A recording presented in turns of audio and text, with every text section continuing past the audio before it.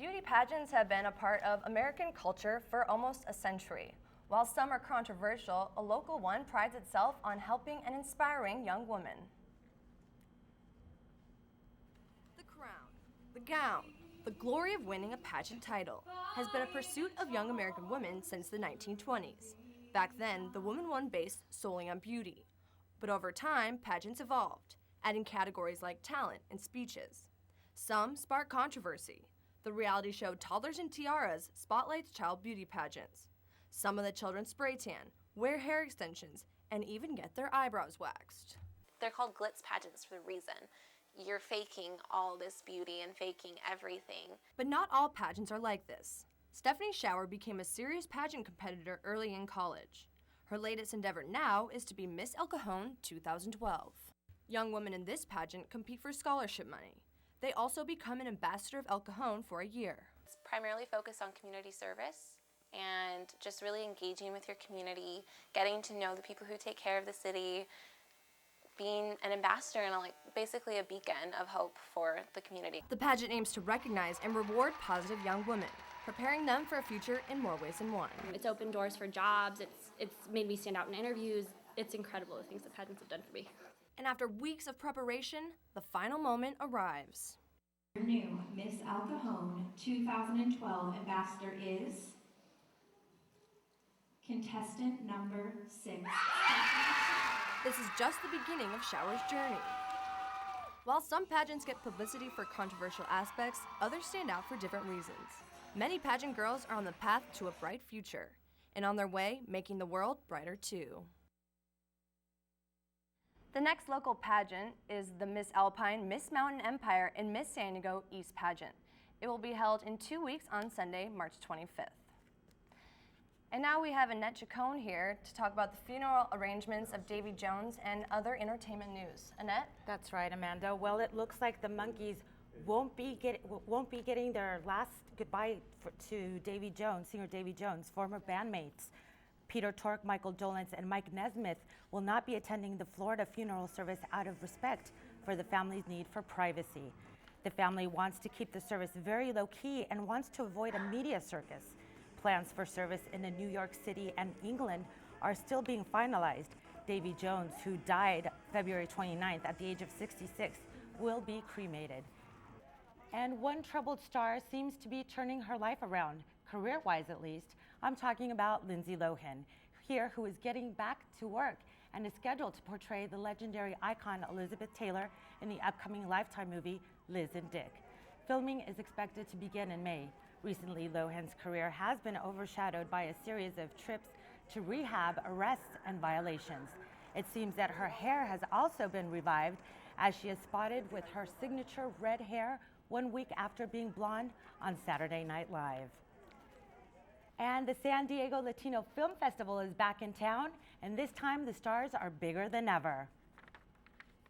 San Diego, Lucy. Newscene. Muchos besos.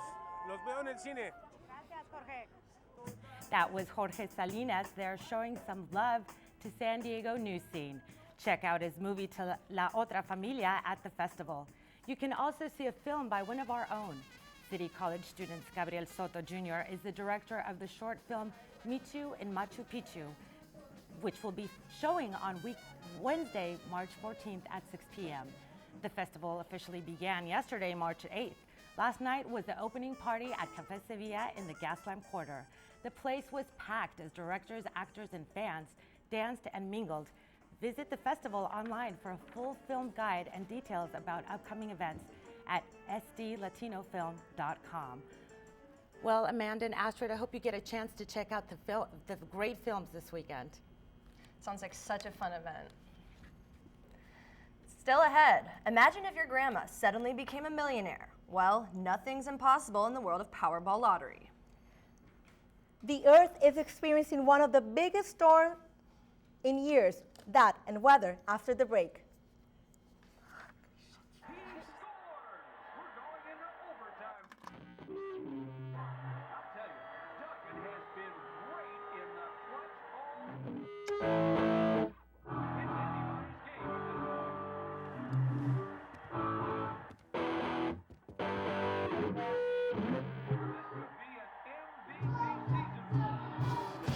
The smallest moments can have the biggest impact on a child's life. Take time to be a dad today.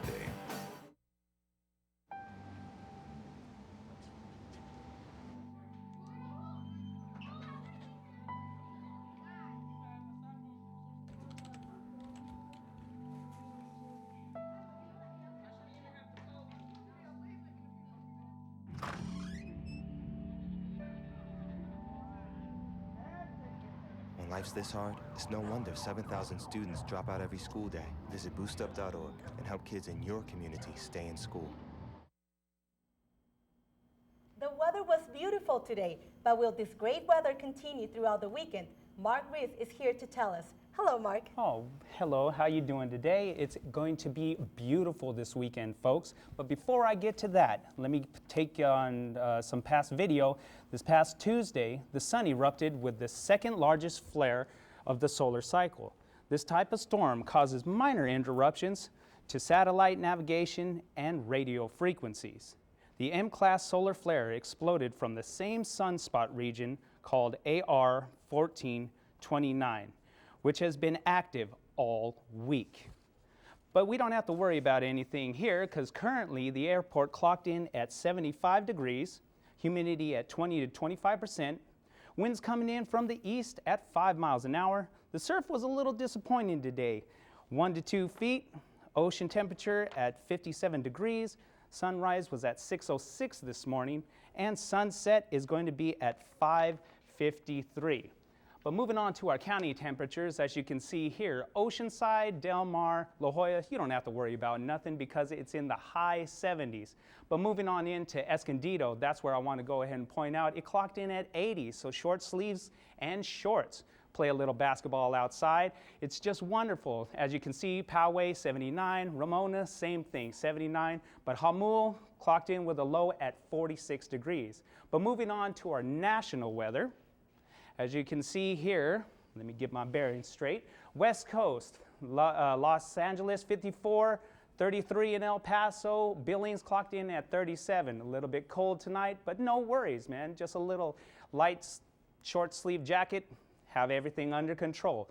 And moving on into the Midwest, as you can see, Cuma City 38. But moving on to Saturday's forecast, shouldn't be any different. Just nice and smooth. Yeah, nice transition, nice transition. Look, 70 for Los Angeles on Saturday. Look at this. Denver, 58. Moving on over to Miami, 81. Let's go ahead and repeat that. 81 degrees over in Miami. So you cannot complain. So, and moving on to our coast, it's looking on pretty smooth for Sunday.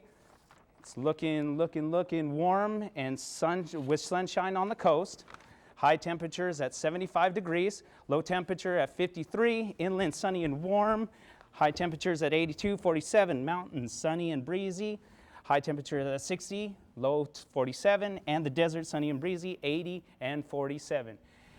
And wonderful, and remember folks, to spring your clocks ahead an hour. So that's the weather forecast, ladies.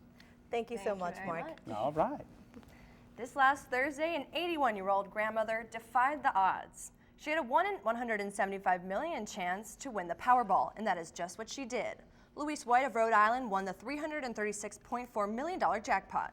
She took the lump sum payment of $210 million over 30 annuity payments spread over 29 years, which totals to a whopping $7,241,379.31 per payment. She'll stop receiving payments in 2041 at the age of 110. Well, that's it for this edition of Newscene. I'm Amanda Brandeis. And I'm Astrid Mendez Medina. Have a great night. What are the odds of